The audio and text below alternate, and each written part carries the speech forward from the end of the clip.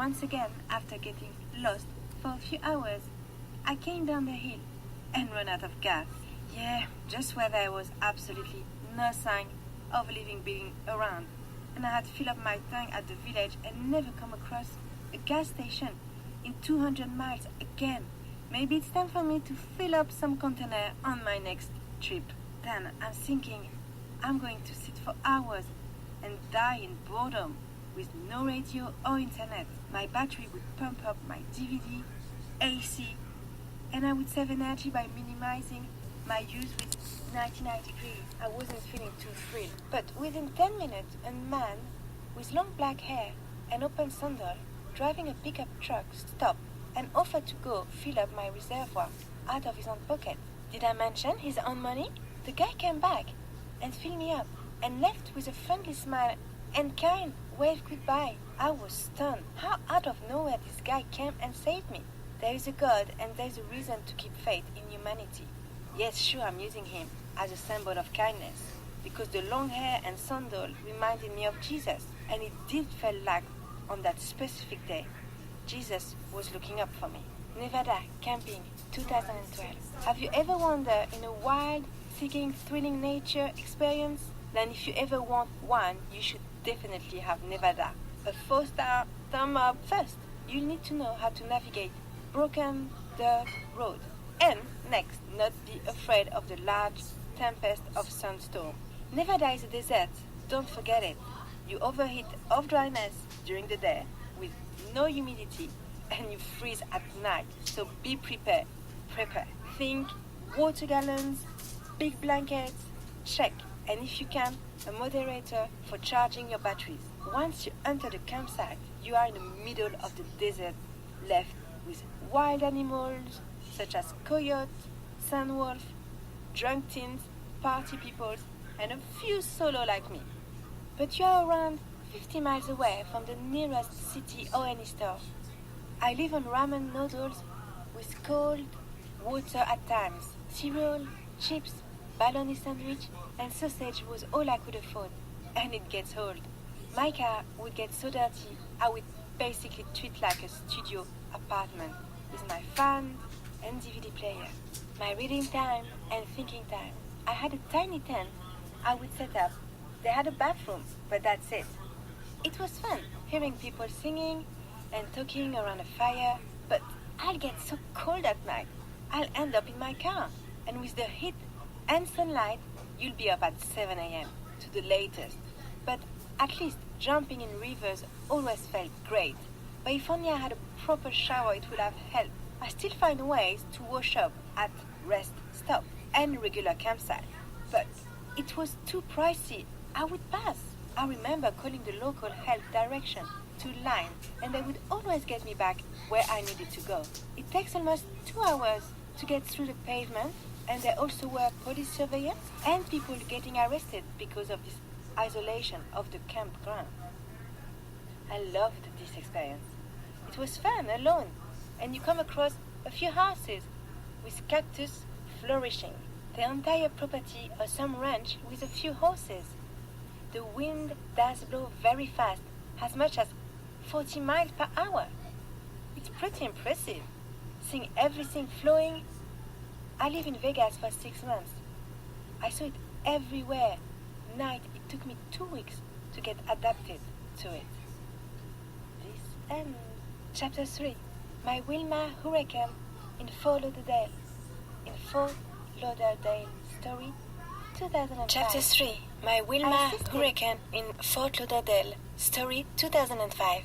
I assisted and spent a week through Wilma, Force 3 hurricane in Fort Lauderdale, Florida. Incredible experience. I had to meet a guy who insisted for me to keep him company during this blowout. We were already stuck and they had closed all road and all power had shut down. For exactly 5 days, we had tons of food, music, drinks and movies to watch. And while sitting on the 5th floor staring at the balcony, you'll see trees falling, things flying up this air. But we had to shut down doors. And when the power was off, all we had was candles, cards and conversations, which with a talking guy that he was, I wasn't to worry. He was head of this Delta reservation agent, and I was applying to be a flight attendant for another airline, so we had something to talk about. But he was a very sad man, and he drank a lot and was very angry towards his ex-wife for not being part of his daughter's life for years. So he'll drink to forget the pain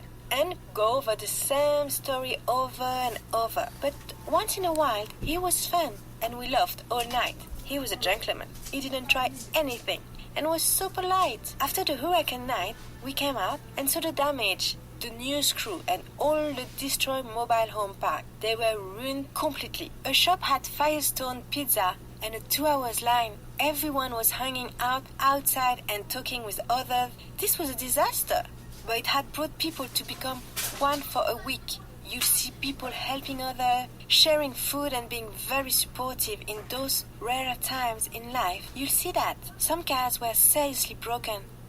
Mailbox and most trees were blocking roads or hanging off the roof.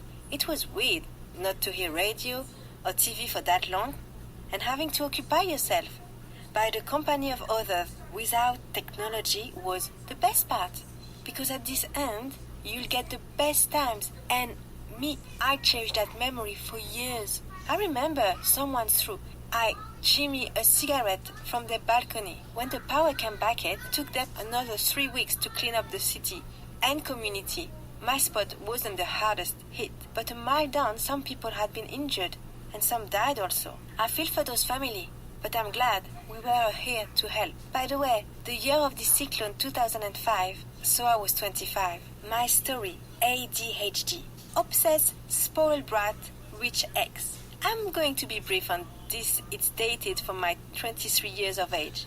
I recalled this story a few times in my life, but throwing it down now in this group, whatever seems like an ever intriguing, interesting, chaotic adventure, thrilling, obsessive, or melancholic story helped me to move on with all of it. I was 23, and this young Jew Christian, very tall and handsome guy, was literally OCD with me for over 2 to 3 years. At this end, I paid the price. Once again, because I never wanted to call this authority on him. There you go again, me being too afraid to call the police. Why? Because I figured that calling the police meant drama and problem. So I didn't want to get into that if I didn't need to.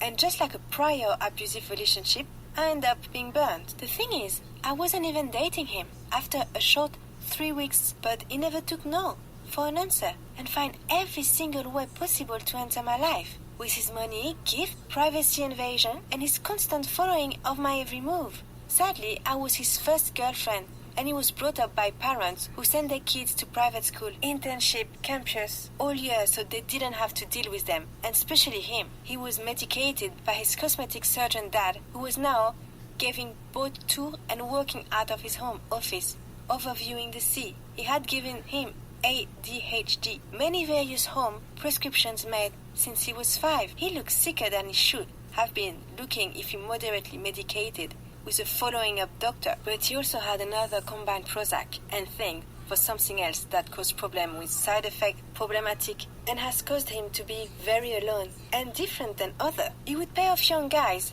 at the mall just to make friends and buy people whose gift was all he ever knew. We had a great 3 weeks, but after 3 weeks, it was enough for me. He showed up at my doors for a year every weekend to take me on trips or out or wherever I said no for 3 months. Then I just went for it.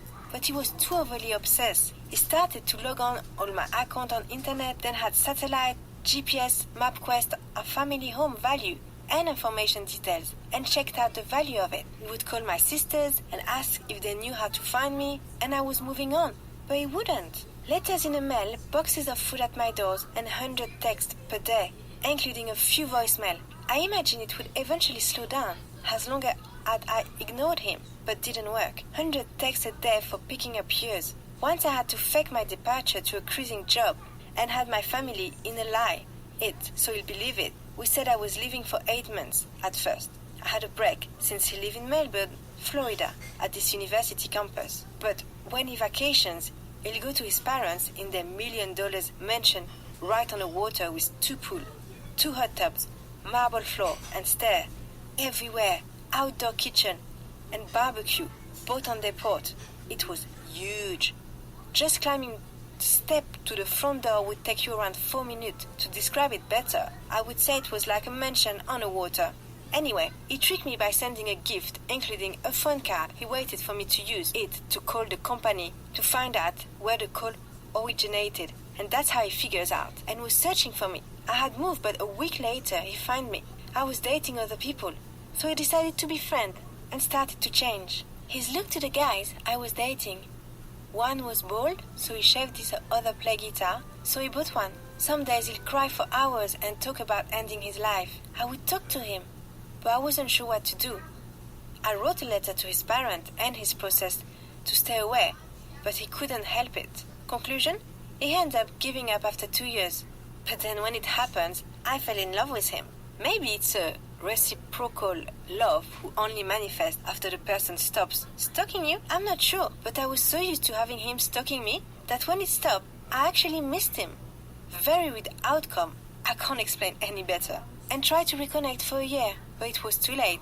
He had nothing left for me, and all his hate and anger he had endured during those times made him resentful and vengeful, and he let me have it and find a way to torture me mentally until he ended up literally abusing me for a few months and just evaporated out of my life for good. A new story, title, train station. If I could design the perfect tattoo, it would be a train in the middle of nowhere.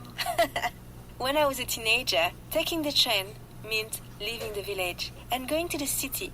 It also meant independence, adventure, and getting acquainted with possibly a lot of people. To me, it wasn't a normal day if I hadn't had a fulfilled conversation to at least 15 strangers a day. They ranged from the lawyers, retail managers, Mormon, religious families, older, younger, depressed, Londoners, disabled, callers. It didn't matter what you come from or what you look like or what you earn. We're all humans and we all can connect in some ways. I mean, at least then, there were fewer worries and suspicion toward each other. But I was this exception because I could make everyone. I came across a new best friend, a great laugh, moment, or just a good time. It was hard to keep up with everyone and keep everyone happy at the same time. I loved my life, period. Everything was 100 miles an hour, and heading to the train station was the most thrilling part of my day. There wasn't one trip I had, and I didn't come back with a great story. Some days I come back from a weekend and think to myself, what just happened? OMG. And hope to the next day, like it was just a quick dream. I won't elaborate, but fun was my second name. Sure hurt after I transformed into a monster, antisocial mute. A few years later, when all the people who admire you and care for you gave up on you and shut you out of their lives. Oh train, dear little train, how many tickets did I get? A few. How many times did I hop on the wrong train? Many times. How many times I end up slipping out the train, stop city or bench? A few times. How many times did I meet my soulmate? 100. I believe, but they all turn out to be fake. Seriously? How many times I made new friends and kept friendship?